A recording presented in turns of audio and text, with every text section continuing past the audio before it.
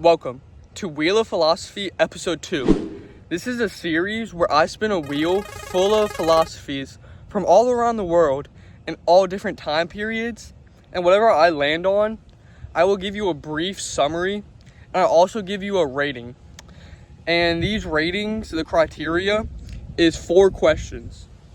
These 4 questions are, what are my thoughts? So just an open-ended question about this philosophy. Number 2 is, will I apply this philosophy to my own life? Number 3 is, if everyone in the world had this philosophy, what would change and how would the world be? And the final question is, what will I rate this philosophy 1 out of 10? And now it is time to spin this wheel. So I got it on my computer right here.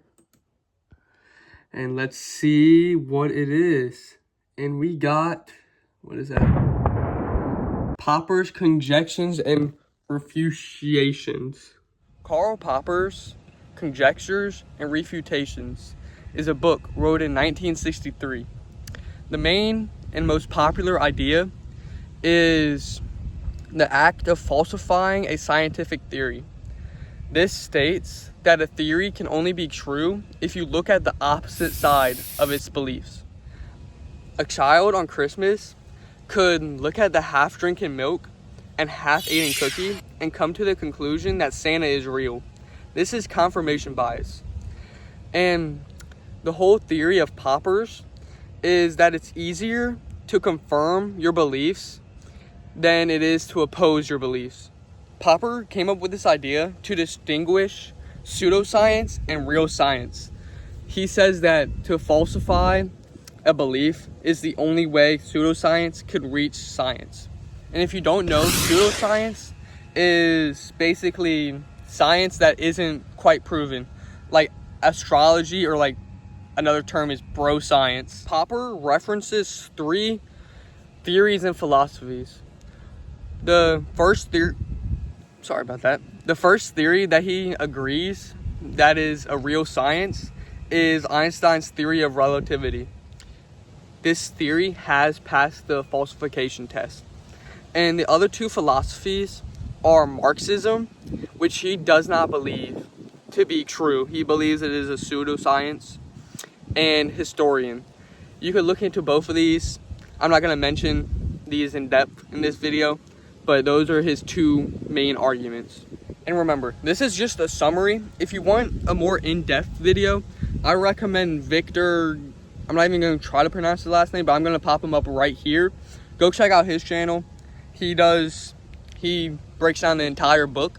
This is just the first 2 sections and the most important 2 sections. But let's get into these questions.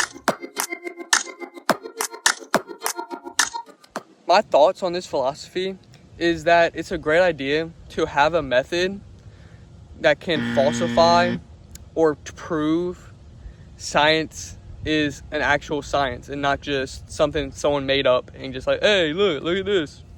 Because especially in nowadays where information is so readily accessible to everybody through their smartphones, and it also can fastly spread through the entire world, I think it's a great idea to have a certain standard that science must live up to. If everyone in the world had this philosophy, the world would be much smarter and it wouldn't fall into the traps of misinformation as much.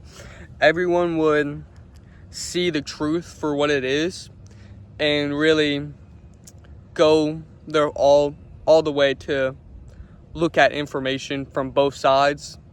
I think that is something that everyone should do. Wait, I skipped a question, didn't I? That's okay.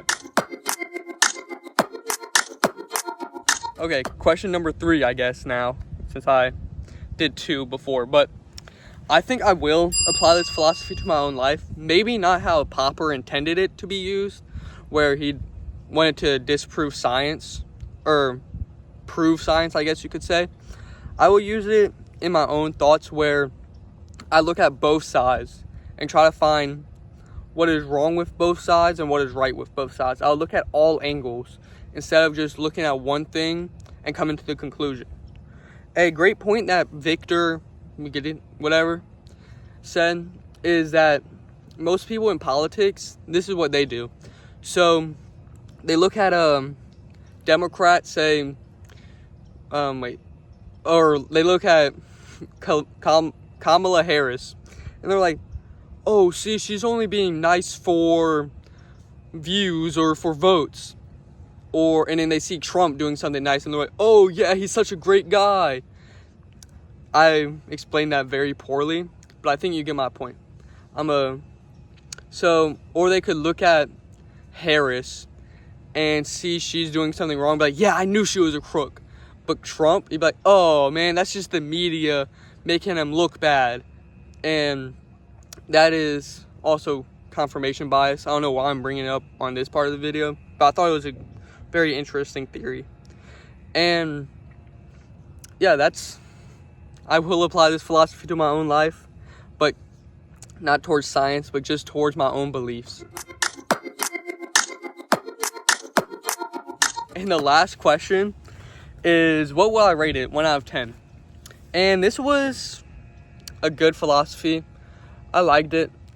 And I think I'm going to rate it probably a 7. No, I'm going to do an 8. An 8. And that's all for this video. Thank you so much for watching. And I'll see y'all in the next one.